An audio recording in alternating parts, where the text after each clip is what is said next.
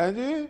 फिरदौस आशिक अवान ने तरदीद तो की उसकी कि राजा रियाज ने जो बयान, लेकिन उनकी बात ठीक है कि कहीं तो थी ना बात, उन्होंने किसी सियाको से फिरदौस आशिक अवान साहब अखबार में पहले फिरदौस आशिक अवान साहब परवेज मुशर्रफ की तरदीदें करती थी। मैं तो ये कह रहा हूँ, मैं और बात कर रहा हूँ, मैं ये कह रहा हूँ कहा दिया उन्होंने, अल्लाह खैर करेगा। ये रिकॉर्ड मैं ये कह रहा हूँ सबका मैं कह रहा हूँ निजामी साहब के हाकिम अली जरदारी साहब, अल्लाह उन्हें गरीक रहमत करे, उन्हें MNA बनाया था ना भुट्टो साहब ने।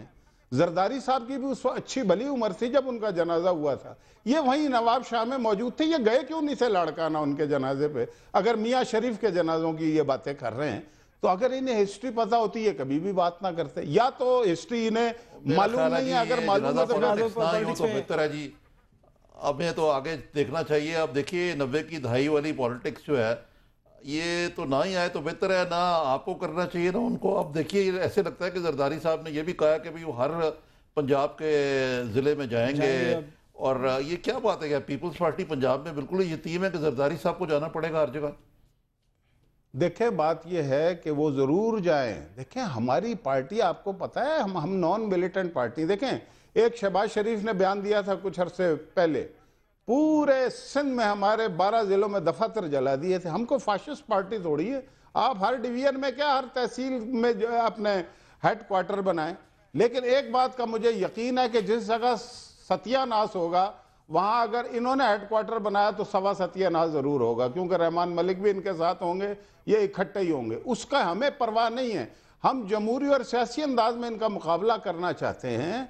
हम ये अभी भी आप देख लें, जब कहीं जलसा होता है सिंध में, इनके लोग आके बैनर फाड़ते हैं, वहाँ पे तस्वीरों को आगे लगाते हैं। भैया आप जरूर आए। आपने पहले कहा था कि मैंने यहाँ जरदारी बिलावल हाउस लाहौर में बनाना है। ये कितनी पुरानी बात है, वो अभी तक उजाड़ पड़ा है, उसको आबाद तो करें ना। आप अपनी बात पे कायम रहा करें। आपको याद है ये जवाहर में भी जरदारी साहब के खैर मकदमी बैनर्स को जलाया गया है। सुने ना, क्लोज शॉप तो नहीं होनी चाहिए। बिल्कुल सही। हाँ, हर एक सूबे में जानी। और मियाँ नवाज शरीफ सब जा रहे हैं और लड़काना में गए हैं, और मेरा ख्याल है कि बड़ी, मैं खुद वहाँ पिछले ये गया हूँ जब दिसंबर में बेनज़ीर भुट्टो साहबा की बरसी पे, तो मियाँ साहब के बैनर लगे हुए थे और तस्वीरें किसी ने नहीं फाड़ा। और उससे पहले भी मैं गया हूँ पिछले साल अप्रैल में, 4 अप्रैल को।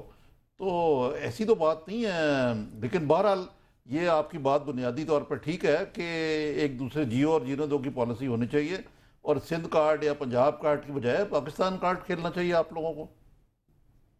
नहीं, हमने तो कभी खेला नहीं। हो तो लाड़काना का वजीर आजम और लाहौर का शरीफ, ये कौन बात कर रहा है? मतलब ये एक ऐसी पार्टी के सरबराह कर रहे हैं जो कहते हैं हम फेडरेशन की पार्टी हैं। भाई आप इससे क्या यानी कि नतीजा निकालना चाहते हैं? आप जब COD का मजाक उड़ाते हैं, आप जब पंजाबी जबान का मजाक उड़ाते हैं, और तो उस वक्त आप मैसेज क्या दे रहे होते हैं?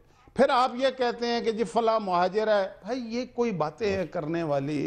हिजरत तो रसूल पाक सल्लल्लाहु अलैहि वसल्लम ने की, और जब हिजरत हुई है दुनिया में मदीने से लेके बोस्निया हरगज़वीना तक, तो वो एक नेक मकासद के लिए हुई है, और वो एक अच्छे मकासद, उसमें कुर्बानियाँ तो देनी पड़ी। ये मुल्क भी तो हिजरत हुई के नतीजे में, जब ट्रेनें आधे लोग मरे हुए और आधे खून आलूद आया करते थे जिंदा, तभी ये मुल्क बना था ना।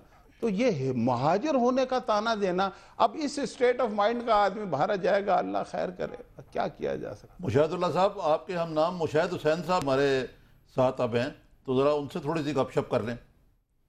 जरूर सलाम पहुँचा भाई जी। वालेकुम सलाम सर। मुशाहिद साहब कैसे हैं आप? ठीक हैं? अस्सलाम वालेकुम जी, और आपके व्यूज को सलाम अलैकुम, मुशाहिदुल्लाह खान साहब को सलाम अलैकुम, और आरिफ साहब को, सरमद साहब को, सबको और सलाम अलैकुम जी। Thank you. वालेकुम सलाम। वालेकुम सलाम।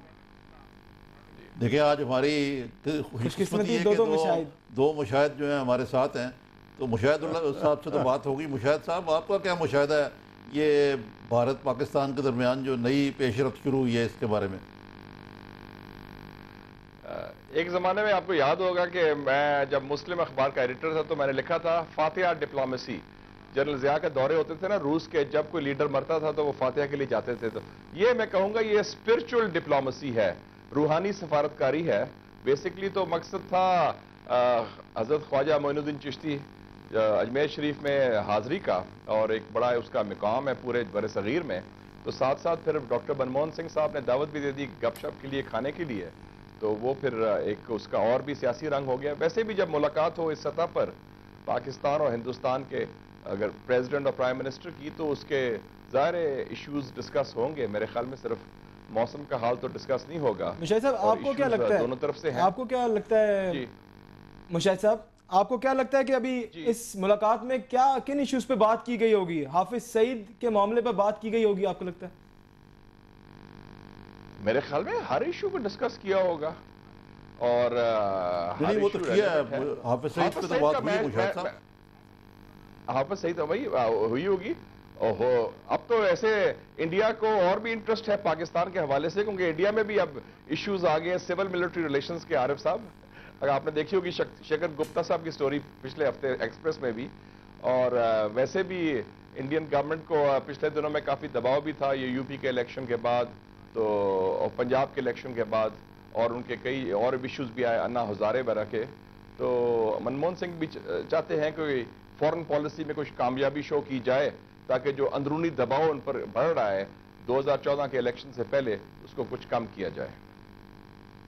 तो मुशाहिद साहब, मुशाहिद हुसैन साहब, बल्कि ये देखिए आपने अच्छी एनालॉजी बनाई है। यूपी में बड़ी शिकस्त हुई है कांग्रेस को हालिया इलेक्शंस में, और यूपी एक किस्म का उनका पंजाब है।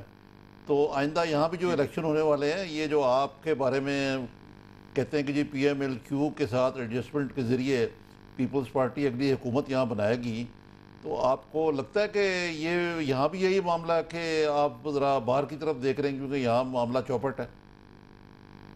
यहाँ थोड़ा सा फर्क है आरिफ साहब, क्योंकि वहाँ तो एक स्ट्रेट फाइट है ना जी, इंडियन नेशनल कांग्रेस की और भारतीय जनता पार्टी की, और वो दो को डायरेक्ट फाइट होती है। इधर एक थर्ड फैक्टर भी आ गया है पंजाब में, आपके दोस्त जो हैं खान साहब और इमरान खान साहब। सो वो अगर उधर अन्ना हजारे का प्रेशर है, तो इधर इमरान खान का भी एक फैक्टर कम से कम अर्बन पंजाब में नौजवानों में नजर आ रहा है। तो वो एक और भी इसमें ट्रायंगल सा बन गया है।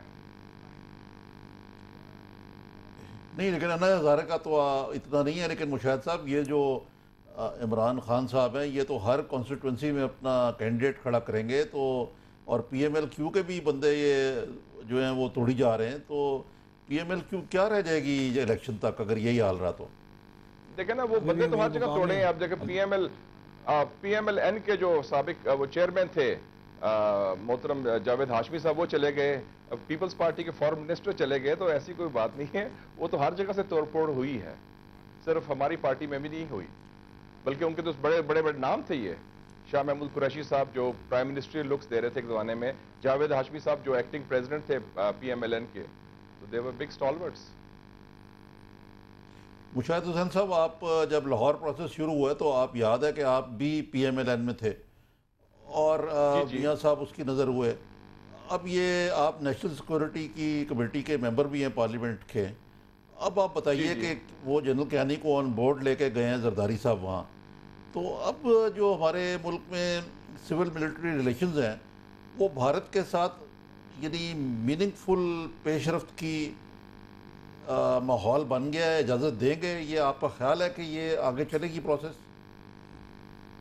ये अब मेरे ख्याल में चलना चाहिए। सबसे बड़ी बात है आरिफ साहब कि मेरे ख्याल में पाकिस्तान के अंदर हिंदुस्तान के बरक्स कोई ऐसी कंस्टिट्यूएंसी नहीं है पॉलिटिकल लेवल पर या even with in the Pakistani establishment जो हिंदुस्तान से कॉन्फ्रंटेशन चाहती है, महाजराई चाहती है।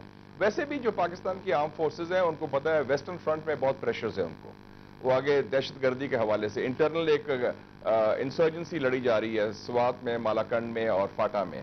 तो इस फ्रंट में मैं समझता हूं कि पिछले 1.5-2 साल से जो नॉर्मलाइजेशन शुरू हुई है हिंदुस्तान से, कुछ दबाव पाकिस्तान कम हुआ है। आपने देखा है कि जो लबो लहजा अमेरिका ने इस्तेमाल किया पाकिस्तान के बारे में पिछले साल में, उसमें हिंदुस्तान शामिल नहीं हुआ, बल्कि हिंदुस्तान का लबो लहजा कदरे कोई दुरुस्त ही नजर आया है। और मनमोहन सिंह साहब खुद वैसे बदल चुका हुआ पिछले 1 साल में, पॉलिटिकली कमजोर आदमी है। जी मैं समझता हूं कि भारत के साथ अब ताल्लुकात बेहतर लगते हैं अमेरिका की निस्बत।